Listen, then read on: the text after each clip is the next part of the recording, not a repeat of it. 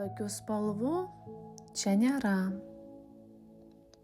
Ten, kur gyvena toji mergaitė, viskas yra kitaip nei čia. Švelnios šviesios spalvos, nuo balsvos iki švelniai violetinės, rausvos, melsvos, purpurinės. Viskas žaižaruoja ir dvelkia ramybę, meilę, bendrystę. Visi gyvena dėl visų. Rojaus žodis per skurdus tam apibūdinti. Tai pasaulis, meilės pasaulis, kur nieko svarbiau už meilę nėra. Tame pasaulyje gyvena mergaitė, niekuo išskirtinė, tačiau matanti, kad už šio pasaulio yra ir kitų, kurie nemato tokio pasaulio, kuriame ji gyvena ir vargsta. Nesuvokia tokių jausmų, spalvos netokios, garsai grubus. Tad ji nutarė, kad reikia padėti jiems ir parodyti, supažindinti su savo pasauliu. Išsileidžia jį į kelionę. Nesuvokia, kokia ta kelionė bus, pasitiki, kad nieko blogo negali jai nutikti, nes pasaulyje, kuriame ji gyvena, niekada niekam blogo nėra nutikę. Susideda į nematomus krepšius visus resursus, kokius tik gali. Daug besąlyginės meilės, išminties, plataus matymo, dėsnius visus visatos suslegia, atjautos, telepatijos, aiškiaregystę, gydymo šviesa įrankius, visus stebuklus, kas jai įprasta ir kasdieniška, ir išvyksta. Čia, kur ji gyvena, nėra namų, nes viskas yra bendra, nėra net grubių formų, viskas plazda. Tačiau tam, kad mergaitė galėtų padėti kituose pasauliuose, ji apsivelka dailius rūbus, kad pasaulį ją pamatytų ir ji neįsiskirtų iš kitų. Po ilgo kelio ir klaidžiojimo mergaitė atklysta į pasaulį, kuriame nelabai susigaudo, bet jaučia, kad čia ji gali būti labai naudinga. Be galo ilgai ji mokosi šio pasaulio taisyklių, patiria įvairių patirčių, išgyvenimo, kilimo ir kritimo, kol galiausiai išmoksta, kaip prisitaikyti. Tačiau viduje ji vis tiek nesupranta šio pasaulio. Labiausiai jai keista, kad jos dovanų niekas nenori priimti, niekas jų nemato, nevertina ir nemoka naudotis. Šiame pasaulyje ji pirmą kartą patiria, kas yra pyktis, gėda, kaltė, skausmas, patyčios, niekinimas. Bėga laikas, ji iš visų jėgų stengiasi nenuilstamai kalbėti apie savo pasaulį, rodyti jo stebuklus, žinias, perteikti jausmus, įpūsti ugnį.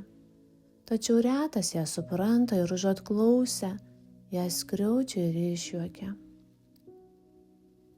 Ji nenuilsta, nepasiduoda, randa ir tokių, kas jos dovanas priima, tada ji nutviska begalinę laimę. Tai jai suteikia jėgų. Taip ir klaidžioja ji po pasaulį, stengdamasi pritapti ir išdalinti vis nesibaigiančias dovanas, tačiau vis retas jas priima. Pamažu blėsta jos atsiminimas apie pasaulį, 1000 metų slenka ir tas atsiminimas tampa lyg tolimas sapnas. Vietos keičiasi, žmonės irgi. Su tais, kurie gebėjo jos dovanas pamatyti ir priimti, ji vis susitinka kelyje, vis pasidalina meilę, papildo jų krepšius, apsikeičia energijomis, pasidžiaugia ir toliau eina. Po ilgų sunkių kelionių kalba pradeda silpti, tikėjimas pamažu blėsti. Pavargsta mergaitė, labiausiai ji ilgisi meilės, tokios be sąlygų, kitokios. Šiame pasaulyje žmonės jos tokios nepažįsta. Liūdesys ją aplanko vis dažniau. Tokie jausmai jos pasaulyje buvo svetimi. Kelyje ji vis dažniau ima sutikti ir tų, tokių pat kaip ji, savanorių, visokių sluoksnių, kurie taip pat atėjo padėti. Tada jai akise nušvinta, ji pajaučia artimą namų kvapą ir skonį, jausmus, būna labai gera. Tačiau laikui bėgant ir tie sutikti savanoriai vis labiau užsimiršta, paskęsta šio pasaulio sunkumuose, vis vieni kitiems primena, paskatina nepasiduoti, ramsčiu vis pabūna.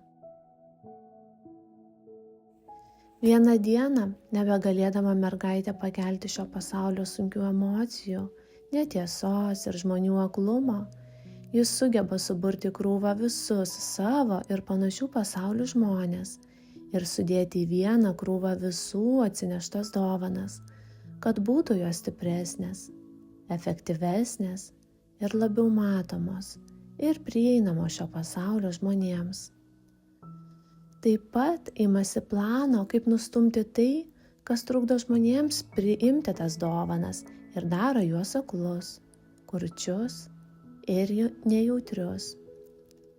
Širdis dainuoja mergaitei, nes visi imasi aktyvaus darbo, kuria planus ir testuoja. Nemoka jie kovoti, nes ieško būdų, kaip laimėti ir prieiti su meile prie žmonių. Tam prireikia dar 1000 metų. Sunkus mergaitės kelias, daug skausmo ji patiria, tačiau labiausiai ko ir toliau ilgisi – meilės. Tėviškos, tikros meilės. Vieną dieną, kada ateina iš jos pasaulio draugas, nebegalėdama žiūrėti, kaip jai sunku, primena jai apie tą meilę, kurios ji taip ilgėjosi. Tada įvyksta tikras stebuklas. Ji atgauna jėgas, visa nušvinta, prisimena viską, ką buvo ilgoje kelionėje pamiršusi. Sulig tą akimirką visame pasaulyje tai persiduoda ir šio pasaulio žmonėms. Staiga lyg ataka pradeda jausti tą meilę be sąlygų. Nieko nebereikalauja vienas iš kito. Tyrai tiesiog visus myli. Pasikeičia pasaulis. Žmonės priima savanorių neštas dovanas, stebisi ir mokosi naujų dalykų. Visi perima bendrystę ir draugystę, pamiršta visas kovas ir nesantaikas. Mergaitė su draugu ir kitais savanoriais pagaliau gali grįžti namo. Jų jau šiame pasaulyje nebereikia. Grįžusi ji dalinasi įspūdžiais su namiškiais, tačiau jie ne visi ją supranta, nes nieko panašaus jie nėra patyrę. Mergaitei nereikia to supratimo. Dabar ji savam pasaulyje yra pilnutėlė, kupina meilės ir nuostabių atsiminimų, nuotykių, kuriuos teko ten patirti. O labiausiai džiaugiasi, kad jai pavyko. Dar vienas pasaulis gali gyventi taip, kaip jie.